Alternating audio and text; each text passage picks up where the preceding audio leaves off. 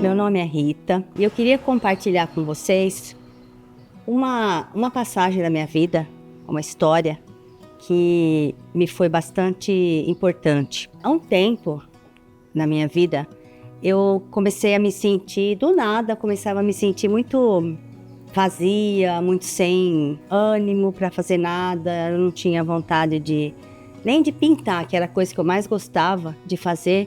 Eu não tinha mais vontade, as coisas para mim perdiam o sentido. Eu tinha vontade só de ficar deitada e sem ânimo para nada. As pessoas de fora que não conhecem isso acham que é frescura, que a gente é falta disso, falta daquilo, que falta Deus, que falta o que fazer. Quando a gente fica nessa situação, é só a gente sabe a dor que a gente sente, então é muito difícil. Foi aí que eu pensei que eu tinha que me virar por mim mesma, eu tinha que fazer alguma coisa por mim. Então eu procurei um tratamento. Essa psicóloga que eu procurei, ela me dizia que eu teria que encontrar alguma coisa que eu gostasse muito de fazer. Mas para mim era difícil, porque eu não tinha vontade de fazer nada, eu já tinha perdido o sentido de tudo que eu fazia. Aí foi quando ela falou para mim: o que mais você gostava de fazer quando você estava bem, quando você se sentia bem antes dessa depressão? O que você mais gostava de fazer? Então eu dizia para ela que eu gostava muito de pintar, mas que hoje não conseguia mais. Aí ela me disse que eu teria então que começar do zero, marcar uma aula e começar a fazer a aula como se eu nunca tivesse pintado na minha vida. E fui tentando um dia de cada vez, um passinho de cada vez, até que eu fui conseguindo a fazer alguma coisa já. A vida foi se transformando, com o tratamento eu fui melhorando. Eu me matriculei em uma escola de pintura. Essa professora, ela tinha vários alunos e ela, assim, foi uma pessoa que me ajudou muito nessa trajetória. E depois de algum tempo de aprendizado, que eu voltei a pintar, ela chegou em mim e disse que eu poderia tomar conta dessa turma, porque eu já estava pronta. E que ela iria, por um motivo pessoal, ela teria que distanciar daquele lugar. Então ela me deu essa turma para eu começar a ensinar. Então dali eu comecei e hoje eu trabalho com isso, daquela época até hoje. Eu trabalho com isso, eu vivo disso e então eu procuro ajudar bastante as pessoas que têm a parte emocional um pouco abalada, às vezes por problemas pessoais, porque o fato da pessoa lidar com o artesanato faz muito bem para a cabeça das pessoas. Através da pintura, a pessoa pode transformar a vida dela, como eu também transformei a minha. E eu posso dizer assim, sem sombra de dúvida, que a arte me salvou. Ela me levou, me trouxe de volta para a vida. Eu recomendo a quem estiver sentindo um desânimo, que tenha sentido alguma coisa que não valorize muito a vida, que antes de pensar em qualquer outra coisa, procure uma psicóloga, procure ajuda, que você também pode encontrar um caminho, igual eu encontrei. Eu me chamo Paola de Paula Costa, mais conhecida como Pepe Typer, na cidade de Matão. Sou uma pessoa que hoje tenho 50 anos. Se eu cheguei até os 50 anos, eu posso dizer assim, será que foi sorte? Não, não foi sorte. Foi luta. Porque há muitos anos atrás a gente não tinha conhecimento do que seria homofobia, transfobia, misoginia. Na minha infância ela não foi fácil, porque na minha infância eu não entendia os olhares das crianças. A mãe, o pai ensinava o filhinho assim, andou diferentinho, não sei o que lá, é viadinho, é bichinha. A minha perna, ela é toda cheia de marca, que assim, que os outros batiam, tacavam pedra na gente. Hoje eu me considero, hoje eu me identifico e hoje eu sei o que eu sou. Porque na minha adolescência eu não tive uma fase boa, foi uma fase sofredora, batalhadora, onde eu não tive uma empregabilidade, eu nunca fui aceita dentro do mercado de trabalho. Para mim ser aceita, eu tive que pelejar muito. Eu só fui aceita no mercado de trabalho com 39 anos. Antes disso, eu tive que me prostituir para me poder ganhar o meu ganha-pão, para mim não ficar dependendo da minha família. Eu perdi meu pai com 10 anos de idade. Hoje, eu vejo que as coisas estão num ponto fáceis, mas também está em um ponto difícil.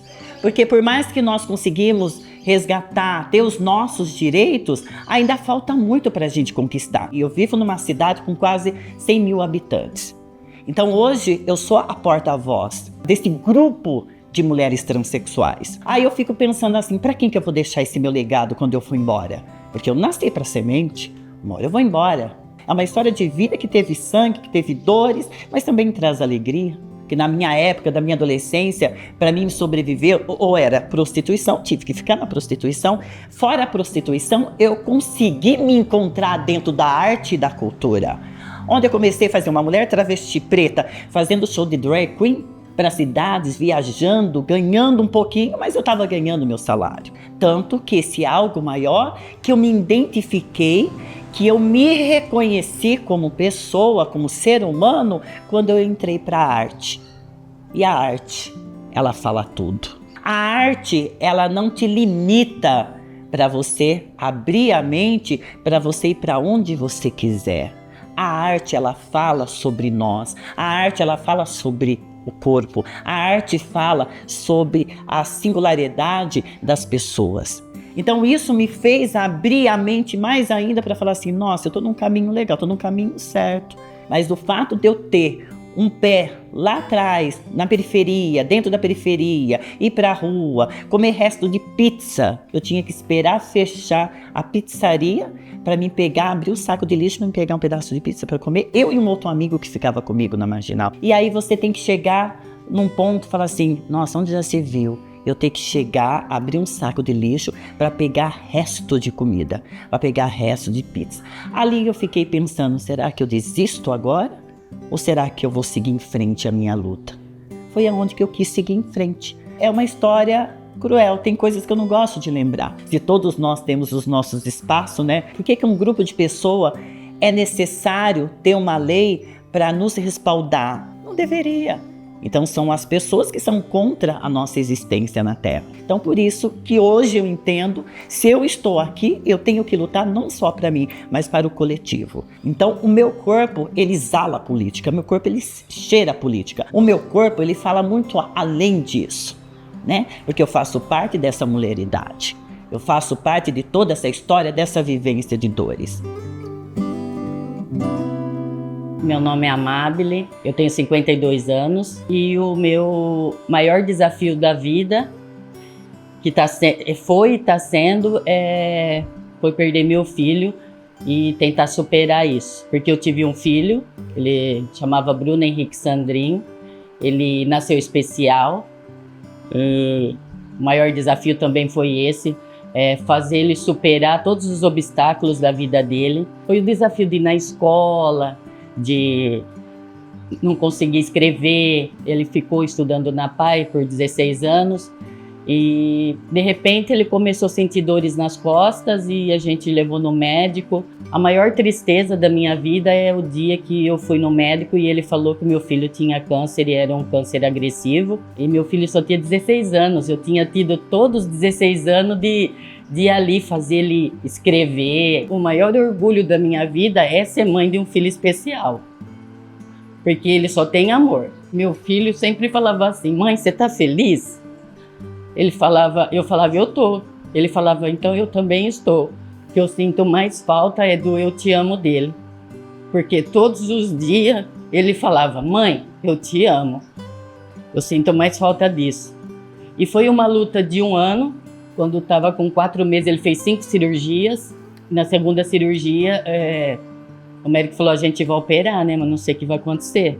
Aí eu ajoelhei nos pés da cama e falei no hospital para Deus salvar o meu filho, que eu não conseguiria viver sem ele. Tanto que eu falei pro meu ex-marido que se ele fosse embora, eu iria também. Porque nós tínhamos uma ligação enorme. A gente tem ligação, mas com os filhos especiais, essa ligação é diferente. Aí na segunda cirurgia ele foi para UTI, né? E dentro da UTI que eu tive que ficar com ele, eu desmaiei. Falei, por que será que eu desmaiei, né? Aí eu fiz teste de gravidez. Eu estava grávida de 4 meses e não sabia. Aí foi toda a batalha, eu ia grávida até 7, 8 meses no hospital, todo dia ficava com ele, depois revezava o pai, a avó. Aí na 5ª cirurgia, infelizmente, meu filho não resistiu. E aí ele faleceu dia 17 de maio e eu enterrei meu filho dia 18, no dia do meu aniversário. Fora isso, né, eu sempre tive apoio do meu marido, Fernando. Ele sempre me apoiou em tudo, porque sem ele, minha filha, né, Carol, minha família ao redor também, que me ajudou muito. Mas o que eu me apeguei foi ao bebezinho, né, o Enzo. Então eu falei que não iria ficar, mas Deus me deu um bebezinho, né, eu tinha que continuar, porque superar a gente não supera. O meu maior desafio é ajudar outras mães que perderam seus filhos, porque eu fiquei muito tempo enlutada. Como ele morreu no dia do meu aniversário, eu não recebia parabéns, eu não queria parabéns de ninguém. Uma coisa que eu indico muito é que hoje em dia tem que fazer terapia sim, é necessário sim fazer terapia, procurar a sua fé, não importa qual seja, procure a sua fé e conversar. Hoje eu faço parte de uma pastoral, então se eu sabe de alguém vem procurar, eu tenho uma palavra amiga, uma palavra de conforto. Hoje, se eu pudesse retratar minha vida em um desenho, seria uma mulher, sim. Eu seria uma mulher em meio... Porque o luto é uma escuridão, você se perde na escuridão. Às vezes muitas mães não conseguem voltar. Eu, graças a Deus e a terapia e a minha família, meu marido e meu filho e minha filha, agora minha netinha, que eu tenho uma netinha, eu quero ser luz para muitas mães que estão na escuridão. Quero ser luz para elas. Meu nome é Sônia, eu sou assistente administrativa. 2 anos atrás, descobri um câncer de mama e foi um período assim bem difícil, né? Pega a gente assim de surpresa. De início a gente pensa que vai morrer, porque você não está esperando, né, uma notícia assim. Foi assim um choque, né, de início. Como enfrentar isso daí? Aí vem a parte familiar, a parte de amigos. Praticamente eu fiz todo o meu tratamento sozinha. Então a gente tem que assumir isso daí, né? E enfrentar os desafios que a vida oferece.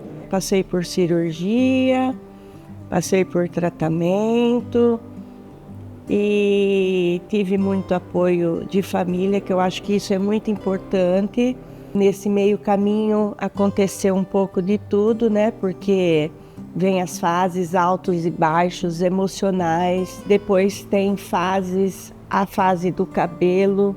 Então tudo é assim muito pesado, né? Você olha para o espelho e enfrenta essa situação de cara erguida, sabe? E segue em frente.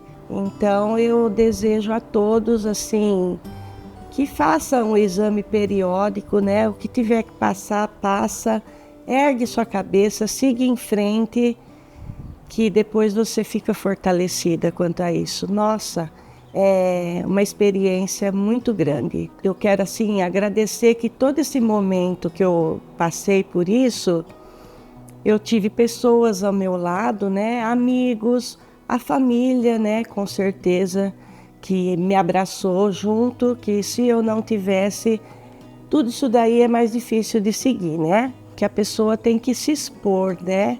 Assim, falar dos seus sentimentos, eu acho assim muito importante. E eu consegui fazer isso daí, sabe?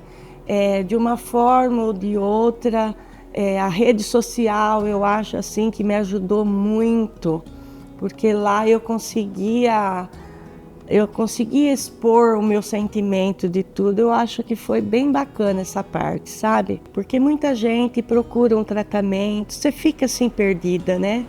Não sabe de como lidar com a situação. Então, tente achar um meio para que isso ocorra de uma forma bem natural para você ficar bem durante o tempo todo. Vale a pena. Confia muito em Deus, que isso eu acho que é a fé que move a montanha, né? Como diz, você vai superando tudo, né? E acompanhando, e tudo chega num fim feliz. Então, e hoje eu tô curada, graças a Deus. E agradeço a Deus por tudo. Olá, meu nome é Joiris Manuela da Cherry, tenho 36 anos e hoje estou aqui para contar um pouco sobre um pedaço da minha história, onde eu vivi um episódio que foi bem relevante e que teve uma transformação na minha vida. Sempre fui uma pessoa muito focada, muito executora. Eu estava no ápice do trabalho, do crescimento da empresa em 2021, e foi quando eu recebi um diagnóstico. Era um atestado, junto com o atestado, que me dava 6 meses. Eu olhei para aquilo, me desesperei, não sabia o que ia ser de mim, o que ia ser da empresa e o que eu ia fazer.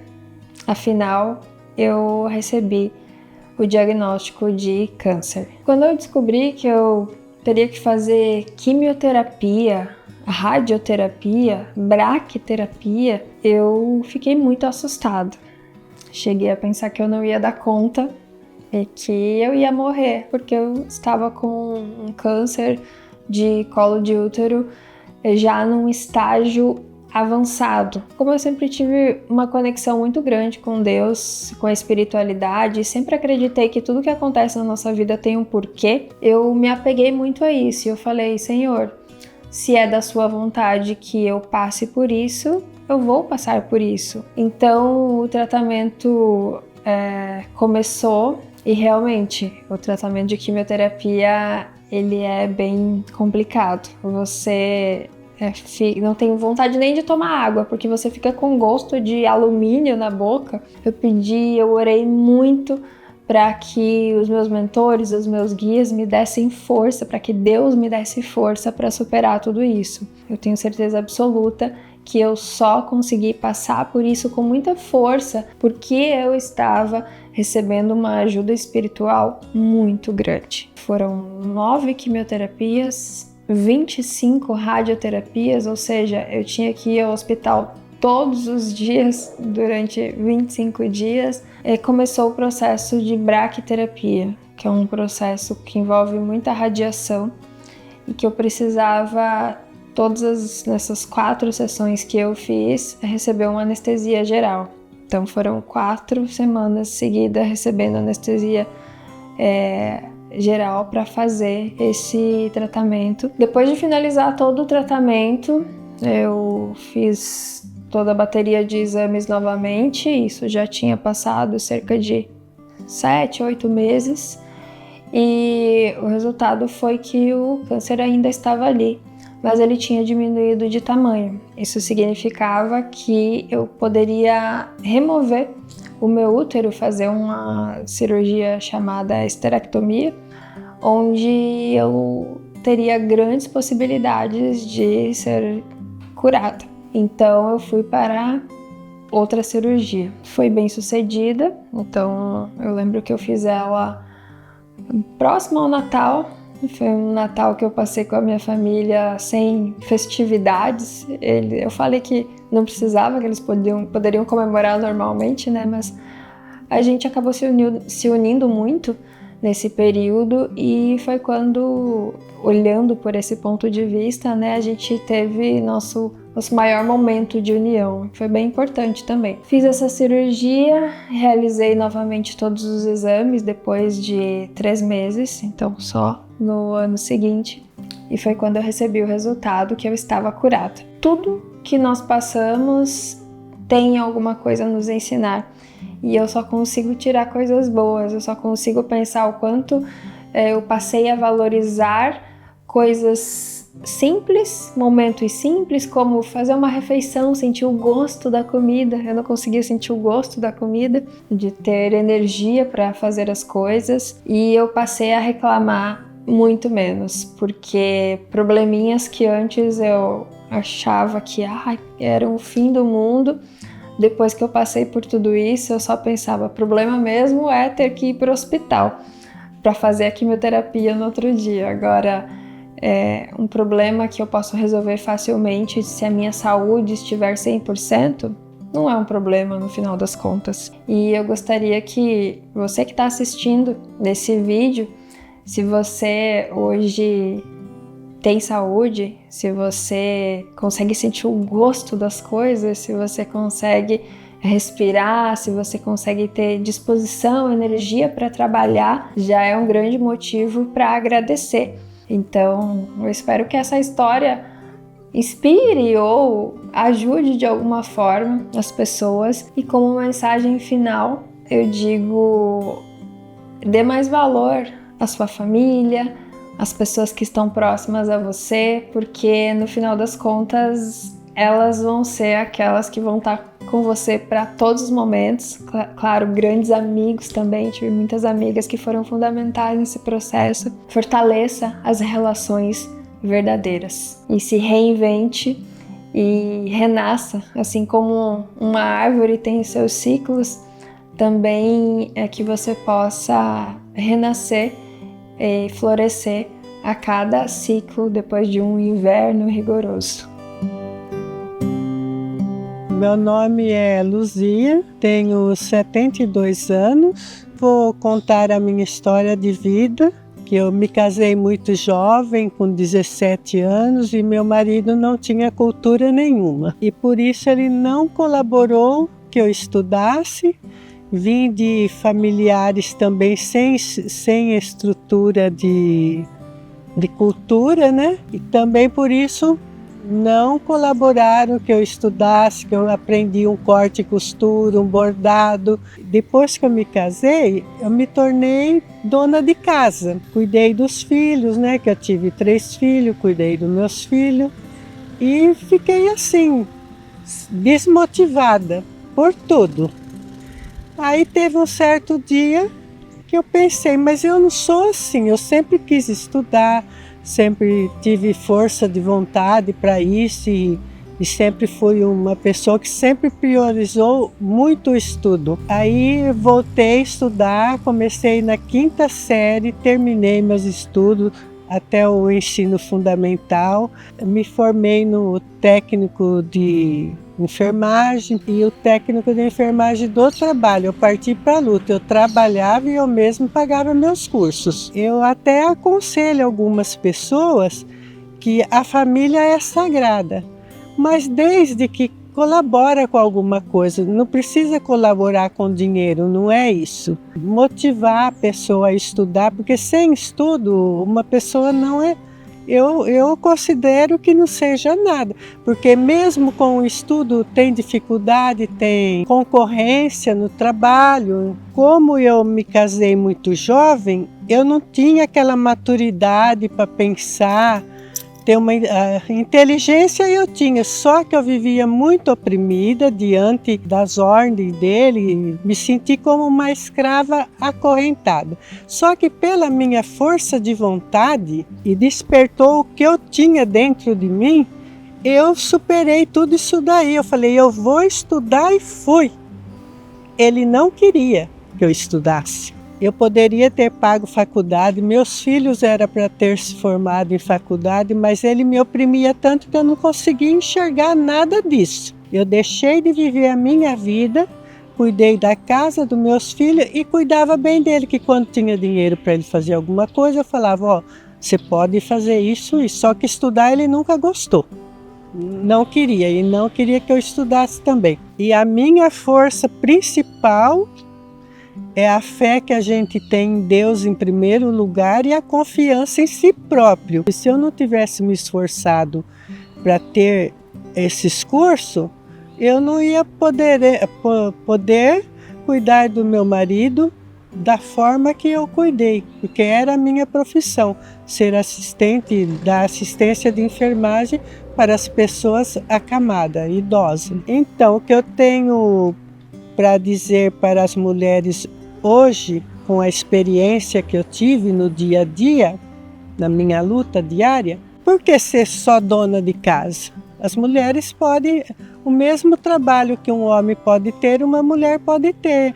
Basta partir para a luta, porque de braço cruzado dentro de casa ninguém consegue nada. Hoje eu me sinto em paz em primeiro lugar, livre, com aquela liberdade que eu sempre tive. Nunca vivi tão em paz e livre que nem me sinto hoje em dia. E me comparo igual uma borboleta voando de jardim em jardim, de flor em flor.